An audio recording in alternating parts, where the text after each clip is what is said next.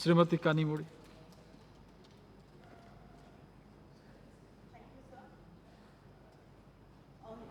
When I start, I would like to appreciate the Minister for bringing this bill. I understand that this entire House is together. None of us can approve of what happens to our children. None of us can accept that their entire future is taken away by people who abuse them sexually. And the Minister is perfectly right that when she says that the collective consciousness of this House and the entire nation is shocked. Every time when we come across, read, or hear about a case like that, we are all shocked. And today I could see, when she was talking about the bill, she was shaken. It disturbs all of us here. So we are, and I would like to appreciate her because in this amendments, she has taken away the discrimination between genders. Because we generally believe that it is only the girl child who is affected, which is far from the truth. There are so many young boys who are sexually abused and they're traumatized throughout their life. I'd like to bring up an example of a father. When his daughter was born, he refused to touch her. And actually his wife was very upset because she thought because it is a girl child, he did not want to look at the child, come next to the child.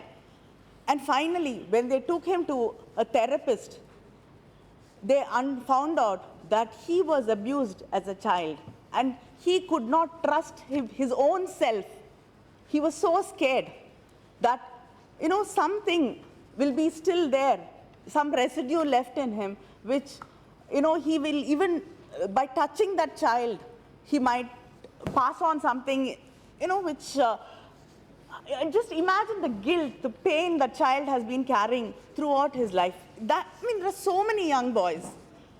And we also believe that the offenders are always men, which is not true. So I think I appreciate the Minister for, taking away that gender bar, which has been there, and she's also brought in pornography. Child pornography is something society has to spurn and detest. But it is on the rise, and we have to be, it's on the rise just not in India, in so many countries. And this is a very right thing which she has done. But I think along with pornography, yes, there are laws which will take care of child prostitution.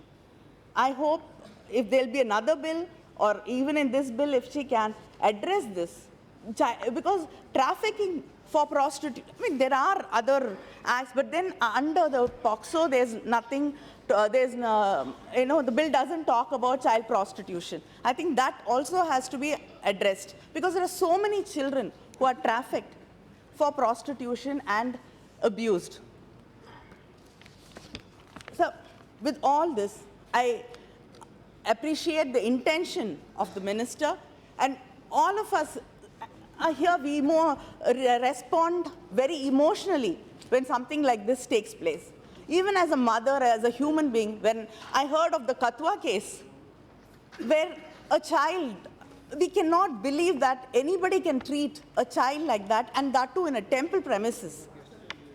It was disgusting, and I think it is also a reaction to what happened that this bill is being brought in today. That we really think and believe that the person, the perpetrator of this crime should be drawn, hung, and quartered. But can we make laws based on emotions? Laws are for the future. Laws cannot be made on what we think the criminal deserves. Laws have to be made with a future in mind, with justice in mind, and also what is the best for the victim. We know in India that even if we say that it's on the rise, we also have to understand that most of the cases are underreported. Many of the sexual abuse cases for children are women, and especially when it comes to children, they are not reported. Because we know, many studies have revealed that majority of the offenders, National Crime Records 2016 says 94.5% of the offenders are relatives, people who are very close to the children, guardians. So most of these cases are not reported. And we know when in a family structure like India, what happens is the breadwinner is always protected. Not many cases where the family is willing to report when it is an uncle, when it is a father, when it is a grandfather or an aunt. And when you indiscriminately increase the number of years, there is the onus on the child also. There's one more case I'd like to talk about. This child was adopted by her uncle. And she was brought up by that family. And after a few years, there was another child where the uncle who did not have a child had another child, a boy. But this uncle was continuously abusing this girl. So when finally she gathered the courage to report it, and when she found out that the punishment would be 20 years, she rethought, and she told these activists that who will take care of my brother? Who will take care of their son if I report? So there are many cases when we enhance punishment for the sake of punishment, that the witness turns hostile. And there's so much of family pressure also. How many families will allow a relative or a breadwinner or a guardian to be sent to the for death penalty, to be hung?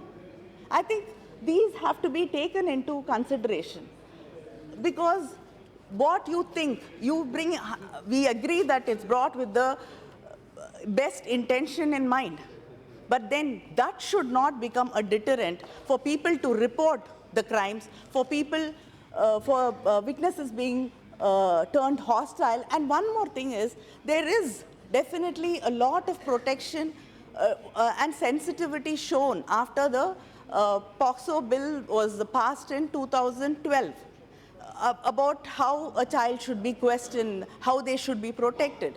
But then when you bring in death penalty into it, then the judge is forced to make sure that there is no ambiguity in the case. So the judge is forced to directly question the child.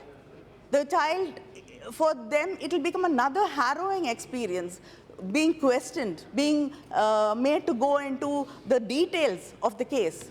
So what was already abuse, what is already a traumatic experience for the child, they have to relive that again when the case is, when the judges are forced to question the children directly. And one thing is, many cases when the punishment is really enhanced, and especially in cases of death penalty, even when there is an iota of doubt, the judge generally acquits. So, and especially when it comes to child abuse, it is very difficult to prove it 100%, and we know of many cases, because the children do not talk immediately. And there are so many cases where you don't have witnesses. So what happens then? Then that is when the judge tends to acquit. So your intentions are right. I agree, I respect your intentions, and the entire nation believes that these people should be shown no mercy, and I'm with you on that. But just because you want to give death penalty and bring death penalty into this, it shouldn't not become a deterrent. It should not become a deterrent for a family from by stopping them from complaining, from making the judge become extra cautious and expect that the case should be foolproof. So with this in mind, I think the minister should reconsider. I'm sure she understands by all the experiences which have been brought to her as a minister, that definitely death penalty is not the answer to every crime in this country. This government tends to believe that death penalty will deter every crime. It doesn't happen. We've seen that. And most of the nations are moving away from it. I think we should also start doing that. And the minister should send this to a standing committee or a select committee and bring the bill back. The most important thing is to make sure the child feels protected and the family supports the child to go ahead and complain, and there's justice done to the child, and not that, just increasing punishment is not the answer to everything. Thank you.